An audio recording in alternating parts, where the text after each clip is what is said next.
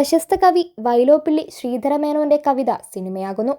ജിയോ ബേബിയെ പ്രധാന കഥാപാത്രമാക്കി ഡോക്ടർ അഭിലാഷ് ബാബു തിരക്കഥയെഴുതി സംവിധാനം ചെയ്യുന്ന Krishnashtami the book of dry leaves എന്ന ചിത്രത്തിന്റെ ടൈറ്റിൽ പോസ്റ്റർ റിലീസായി.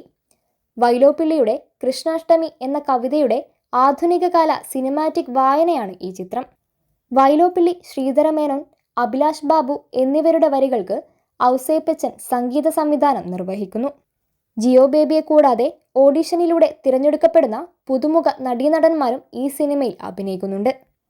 മാർച്ചിൽ ചിത്രീകരണം ആരംഭിക്കുന്ന കൃഷ്ണാഷ്ടമി എന്ന ചിത്രത്തിന്റെ ഛായാഗ്രഹണം ജിതിൻ മാത്യു നിർവഹിക്കുന്നു.